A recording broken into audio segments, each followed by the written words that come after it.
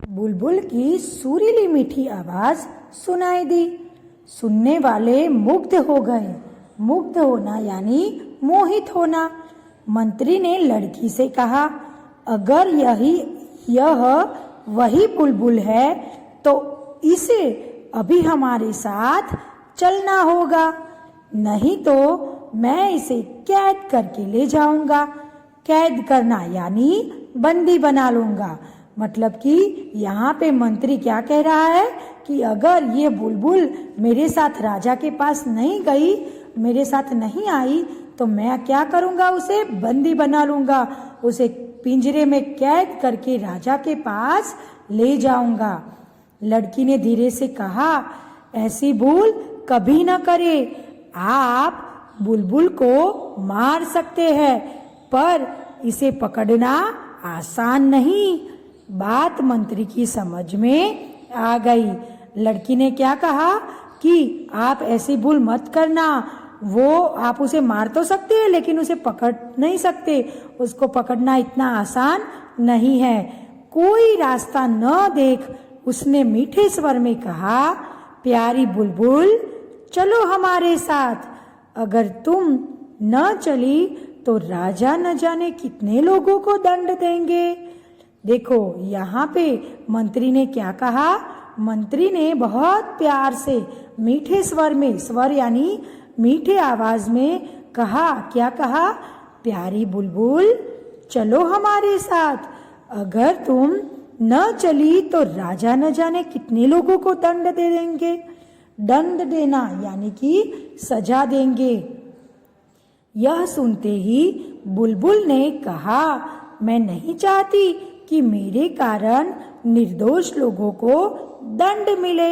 मैं चलूंगी। जो लोग दोषी नहीं हैं उनको निर्दोष यानी दोषहित होना, जिसका कोई दोष नहीं है, तो वैसे लोगों को मेरे अगर मंत्री ने कहा कि दूसरे लोगों को दंड देंगे, तो बुलबुल को लगा कि मेरे कारण निर्दोष लोगों को दंड मिलेगा, तो मैं ये सहन नहीं कर सकती। तो अब क्या कर रही है बुलबुल, बोल रही है कि मैं अब आपके साथ चलूंगी। चलो।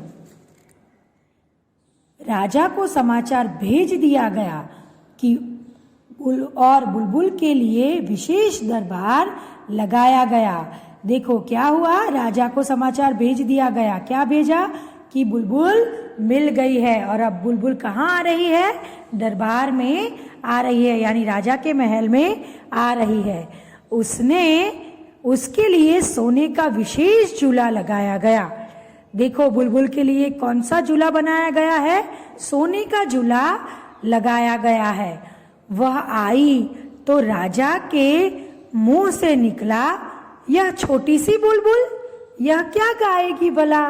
लेकिन बुलबुल का गाना सुनकर राजा को अपनी राय बदलनी पड़ी। देखो बच्चों, पहले तो राजा ने इस छोटी सी बुलबुल को देखा तो राजा को क्या लगा, ओहो मुझे ये लो सब लोग बुलबुल की इतनी तारीफ कर रहे थे कि बहुत सुरीला गाती है, बहुत सुरीला गाती है, लेकिन ये तो बहुत ही छोटी बुलबुल है, ये क्या गाना गाएगी भला। लेकिन जब बुलबुल ने गाना गाया तो राजा को भी अपनी राय, यानी उसने राय लेना, यानी कि उसने जो सोचा था वो गलत हुआ और राय बदलनी पड़ी। वो उसने गलत लगा, क्योंकि बुलबुल कैसा गाती थी, बहुत अच्छा गाती थी। तो राजा को भी अपनी राय बदलनी पड़ी। राजा ने कहा, अद्भुत, ऐसा आनंद पहले कभी नहीं आया। तो राजा ने कहा, अद्भुत, ऐसा आनंद यानी खुशी, ऐसी पहले खुशी कभी नहीं हुई। उसने बुलबुल से कहा, कुछ भी मांग लो, तुमने बहुत अच्छा गाया है तो तुम कुछ भी मांग सकती हो। बुलबुल ने क्या कहा, बुलबुल ने कहा, महाराज मुझे कुछ नहीं चाहिए, बस एक प्रार्थना है कि किसी निर्दोष को मेरे कारण दंड मत देना। देखो ये बुलबुल कितनी अच्छी है, जब मंत्री ने कहा था ना कि अगर आप मेरे साथ, यानी बुलबुल अगर नहीं आएगी राजा के साथ, राजा के पास नहीं आएगी, तो वो बहुत सारे निर्दोष लोगों को क्या करेंगे, दंड देंगे। तो अब बुलबुल आई है और राजा से कह रही है, क्या कह रही है कि मुझे और कुछ नहीं चाहिए, बस एक प्रार्थना थी कि आप किसी निर्दोष को मेरे कारण कभी दंड नहीं दोगे, यानी किसी को सजा नहीं करोगे। राजा ने कहा, ठीक है प्यारी बुलबुल, लेकिन तुम महल में ही रह जाओ। देखो राजा ने क्या कहा कि मैं अब किसी को सजा नहीं दूंगा तुम्हारे कारण, लेकिन तुम कहाँ पे रह जाओ, महल में ही रह जाओ। बुलबुल ने राजा से कहा, महाराज मुझे तो खुले आकाश में रहना पसंद है, मैं झील के किनारे पेड़ पर रहती हूँ, आप जब कहेंगे मैं आ जाया करूंगी, पर कभी मुझे पिंजरे में बंद करने की कोशिश मत करना।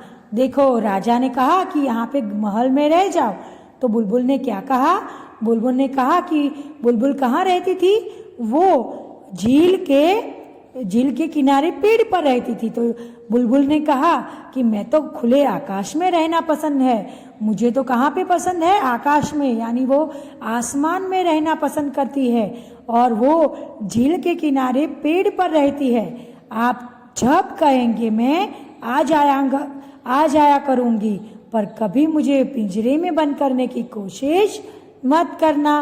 राजा ने बुलबुल की शर्त मान ली। बुलबुल की शर्त मान ली, यानी बुलबुल ने कहा कि मुझे कभी भी पिंजरे में बंद मत करना, तो राजा ने उसकी बात मान ली। वह रोज दिन में एक बार आकर राजा को अपना सुरीला गाना सुनाती थी, अपना सुरीला गीत सुनाती। देखो राजा ने भी बुलबुल को पिंजरे में कैद नहीं किया, तो बुलबुल भी हर रोज एक बार राजा को अपना सुरीला गाना सुनाने के लिए आती थी। कुछ दिन बाद दूर देश से किसी ने एक उपहार राजा के पास भेजा। अब देखो हमने पहले ही देखा था ना इस लेसन में कि राजा को दूर दूर से बहुत सारे उपहार यानी कि भेंट आती थी। तो ऐसे ही किसी दूर देश के राजा ने उन्हें एक भेंट भेजी। जड़ाऊ डिब्बे में, जड़ाऊ यानी हीरे मोती से जड़ा हुआ, उसे कहते हैं जड़ाऊ। जड़ाऊ डिब्बे में बंद खिलौना बुलबुल।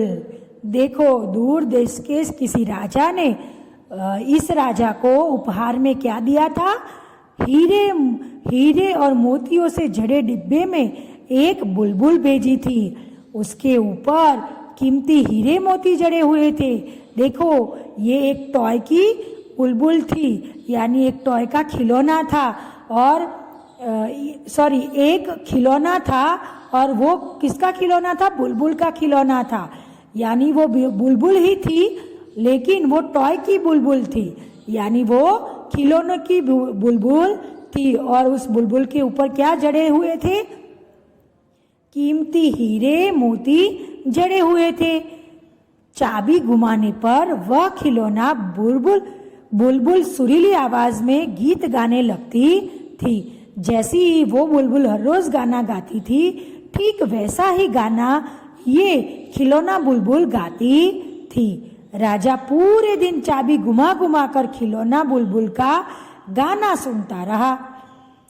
देखो जो वो असली बुलबुल थी, वो तो उसने तो मना किया था कि मैं तो पिंजरे में कैद नहीं होंगी, तो वो हर रोज आती थी। लेकिन राजा को अब ये खिलौने की बुलबुल मिल गई थी, तो राजा क्या करता था, उसे चाबी घुमाकर पूरे दिन बुलबुल का गाना सुनता रहता था। उसने मंत्री से कहा, भाई यह तो कमाल है, यानी बहुत अच्छी बुलबुल है ये खिलौने वाली तो। और कहा, वह जंगल में रहने वाली घमंडी बुलबुल, अब मुझे उसकी कोई जरूरत नहीं। देखो राजा क्या कह रहा है कि अब ये खिलौना बुलबुल है मेरे पास, तो वो तो मुझे पूरे दिन गाना सुनाती है। जब भी मैं चाबी लगाऊं, चाबी घुमाऊं, तो क्या करती है, मुझे पूरे दिन गाना सुनाती है। और वो जंगल में रहने वाली घमंडी बुलबुल, अब मुझे उसकी कोई जरूरत नहीं है।